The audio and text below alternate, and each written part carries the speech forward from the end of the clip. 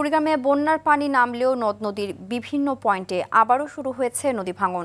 ব্রহ্মপুত্র নদের ৩৬টির মধ্যে শুধু ২৭টি পয়েন্টেই ভাঙনের কবলে পড়েছে বসতভিটা, আবাদি জমি সহ বিভিন্ন স্থাপনা। এদিকে পটুয়াখালীর লোহালিয়া ও রাবনাবাদ নদীর ভাঙনে ঝুঁকিতে পড়েছে সড়ক, লঞ্চঘাট সহ বিভিন্ন স্থাপনা। দ্রুত পদক্ষেপ না নিলে ক্ষয়ক্ষতির পরিমাণ বাড়ার আশঙ্কা করছে স্থানীয়রা।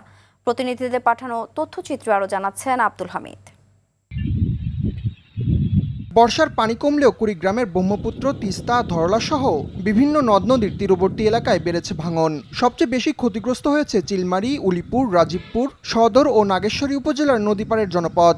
তীব্র স্রোতে নদীগর্ভে বিলীন হয়ে যাচ্ছে প্রতিরক্ষা বাঁধ, ফসলি জমি, বসতভিটা সহ নানা স্থাপনা।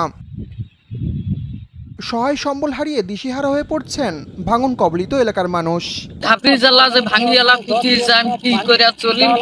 সে বুদ্ধি উত্তর নাই। এই বান ভাঙলে আমরা কোথায় যাবো আমরা নিজেও জানি।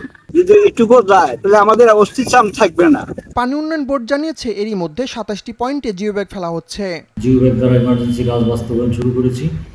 বাকি পয়েন্টগুলো আমরা পর্যবেক্ষণে রেখেছি, জনগুরুত্বপূর্ণ বিবেচনায় পর্যায়ক্রমে কাজ বাস্তবায়ন করা হবে। এদিকে লোহালিয়া ও রামনাবাদ নদী ভাঙনে ঝুঁকিপূর্ণ হয়ে পড়েছে পটুয়াখালী লোহালিয়া গলাচিপা সড়ক। ভাঙনের কবলে পড়ে অস্তিত্ব বিপন্ন হতে চলেছে কমলাপুর লঞ্চঘাট এলাকা। তীরবর্তী এলাকায় জিও ব্যাগ ফেলা হলেও কাজ হবে না বলে আশঙ্কা করছে এলাকাবাসী। ভাঙগুলিতে রাস্তাঘাট গাড়ি ঘোড়া চলতে না, বাড়ি ঘর থাকবে না। এই রাস্তাটা অকেজো থাকার কারণে আমাদের গাড়িগুড়ি চলতে খুব সমস্যা হয়। কিছুদিন পর দেখা যায় এটা ভাঙে গেলে আমরা যাতায়াত বন্ধ হয়ে যাই। ভাঙন ঠেকিয়ে বেড়িবাঁধ ও সড়ক নির্মাণে যৌথভাবে কাজ করছে পানি উন্নয়ন বোর্ড এবং এলজিইডি। সেই বাকি রাস্তাটা ডেভেলপ করার জন্য আমরা কার্যক্রম হাতে নিই। তবে পানি উন্নয়ন বোর্ড এই ভাঙন রোধের জন্য তা অস্থায়ীভাবে এখন ভাঙন রোধের জন্য কাজ করতেছে। আমরা সামনে কিছু কাজ হাতে নেব, তবে আমরা প্রথম যেটা সবচেয়ে বেশি ভাঙার ছিল সেখানে আমরা কাজ হাতে নিয়েছি। আর বুড়িয়াতেও আমরা বর্তমান অবস্থার প্রেক্ষিতে আমরা নদীতে সার্ভে করব, তারপরে আমরা এখানে কিছু কাজ আশা করি গ্রহণ করব। ভাঙন প্রতিরোধে দ্রুত ব্যবস্থা না নিলে যে কোনো সময় নদীগর্ভে হারিয়ে যাবে গুরুত্বপূর্ণ সড়কগুলো।